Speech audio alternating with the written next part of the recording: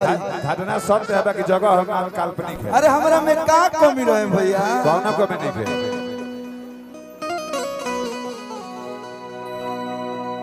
देखो कमी है ना अरे पगली हंस मत, हमार फीलिंग के तू एकदम किलिंग करे त फीलिंग के मार देता रे। जहिया से जान तोहर हर दीवाला गो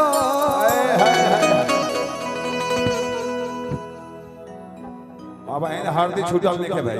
भैया ये तो सच है कि हमने के दिल टूटला तो लड़की हंसेली सही बात। आज आप लोग देख भी लीजिए, बताओ शादी के बाद ये पहली मुलाकात है और पहला आपका ये शो भी है पब्लिक के बीच में। बताइए मेरे में क्या कमी था?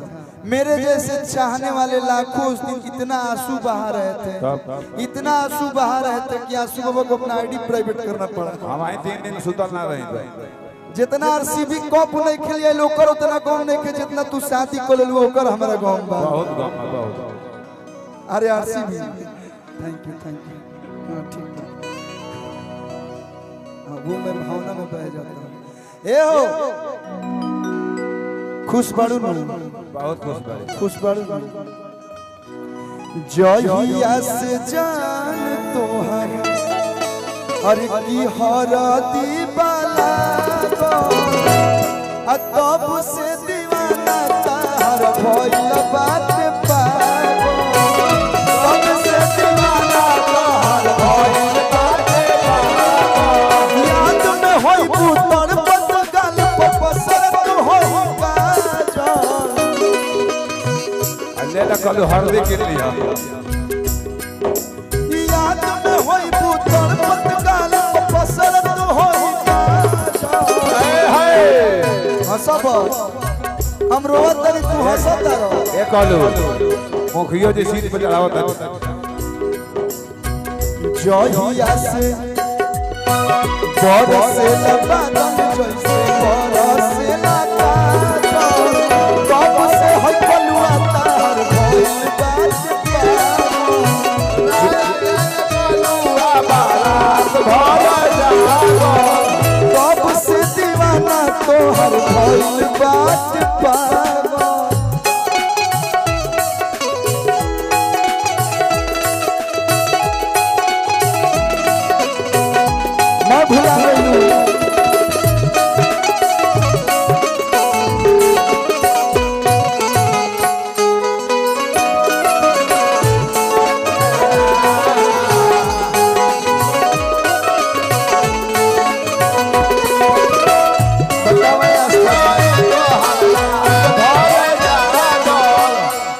मैं भुला गई सब भुला गए। जब सुते नहीं बोलाऊं संगे खटिया लगाए तो मारे ला झुलुकिया हवा से वही से कोन कोले रहलू। भले कार्ड पर नाम भतार के बा लेकिन हाथ में नाम यार के बा। मैं भुला गइलू। हे पगली तू कहे तो मैं चांद तारा तोड़ के ला दूं। तू कह तो नौबतपुर में 4 काठा तारा के दे दी। ओकरा में कौन तू गुण पहलू है जे हमारा के छोड़ दियालू? ओकरा में गुण पा के हमर मन सुकून छिले न। तारा विश्वास ना हो लेकिन भैया दिल में निशानी रखले बानी तोहरा प्यार के। मैं हनुमान जी तो नहीं जो सीना फाड़ के श्री राम को दिखा दूं। हम दिखा लेकिन अगर जरूरत पड़ी तो अगर मैं ये सीना फाड़ूंगा तो उसमें केवल तुम्हारा ही चेहरा नजर आएगा। फाड़ दो। हमारा इमोशन के डिमोशन मत करो। तू हंस मत। बाचब ना बरा। दिल में निशानी रखले तोहरा प्यार के। बहुत जमाना के देखा दिसी। बहुत जमाना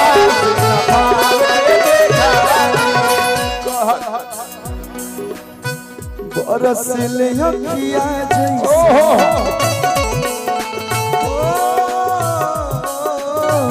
बरसले अखिया जैसे बरसले बादल। कलुआ के छोड़ के शुभम में संगे भाग भागल का कर बजाए तो तारा नसीब मना रहे तब से दीवाना तार भइल बात पार तब से दीवाना तोहर भइल बाटे पार ओ साथी रे तेरे बिना भी क्या जीना तेरे बिना भी अखिया तोहरे भी नहीं आता के कोई लुकोई सान रोग धरा के ई मिलन वाला मोर तोर पे छन छन दिल हमार लागे कहीं ना ओ साथी रे तेरे बिना भी क्या जीना तेरे बिना भी जब आप पास रहते हो ना तो ऐसा लगता है कि सारी दुनिया की खुशी हमारे पास है, लेकिन जैसे ही आप हमसे दूर जाते हो ना लगता है यहाँ पे मेरा कुछ है ही नहीं। जो करीब है वो गरीब है जो दिल के करीब है वो गरीब है जो दूर है वो भरपूर है जिंदगी लागे जन्नत जैसन रहेलू जब पास हो बत्ती से जुड़ला जियरा भरल बा इतना मिठास हो गइल का कसूर काहे इतना गुरु आई हो बस इतने बता दो हसीना ओ साथी रे तेरे बिना भी क्या जीना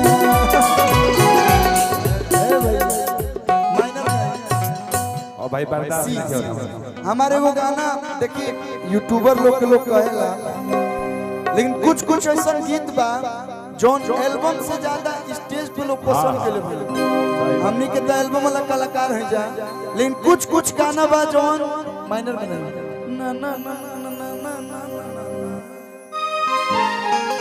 एगो हम बलिया में गीत गाने रहे ओ जाई वायरल भेल रहे आप लोग सुन ले हो कब लोग हर आदत लगा के अपन चली जाइबू ये मैं नहीं गा रहा हूँ यहाँ से आवाज और ये सब भाई मेरे गा रहे हैं इतनी भी जल्दी क्या थी हमारा में तो माना हमारे बाबू कॉलन की बेटा बियाह कॉले बिगड़ जेबे का करबो तू तो इतना बढ़िया रहलू इतना लोग के दिल के धड़कन आजो बाड़ू लेकिन इतनी भी जल्दी नहीं थी बहुत तकलीफ हुई अरे भाई तो उनको खराइए मार ले रहे इनको काजे रहे हाँ ले एक लाइन अरे भैया की हो से बड़ी एक से एक टेस्ट बता नोड़ा राजा ना ना ना समारा मोर जवानी छोड़ा राजा का जाय अब समारा मोर जवानी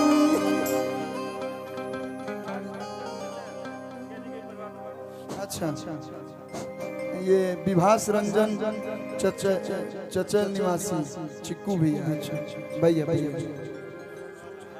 हाथवा लंबा हो ना हम खींचता ना कोई बोलते ही रे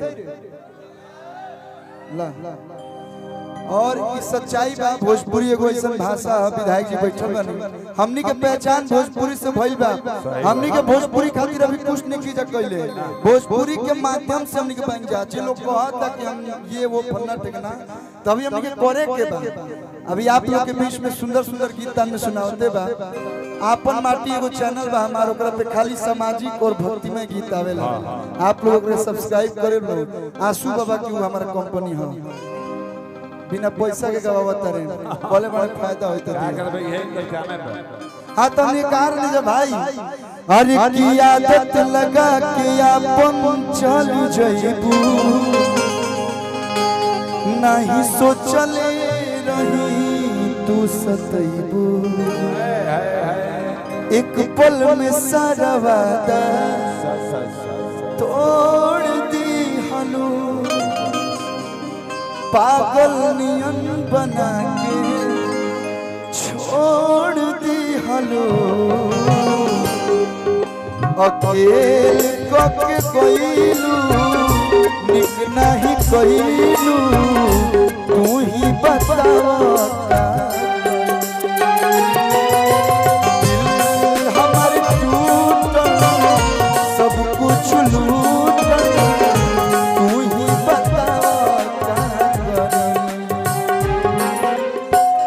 सब कुछ खत्म बा इतने खत्म बा चियतन तो बोल ये खत्म बा।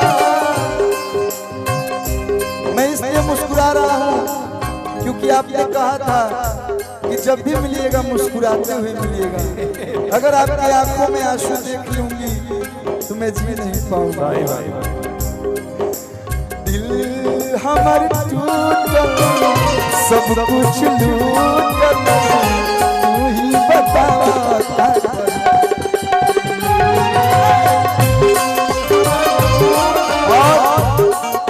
अभी हम लोग के बीच में आर्यन बाबू जो मेरा छोटा भाई बाबू भतीजा है, आओ बेटा।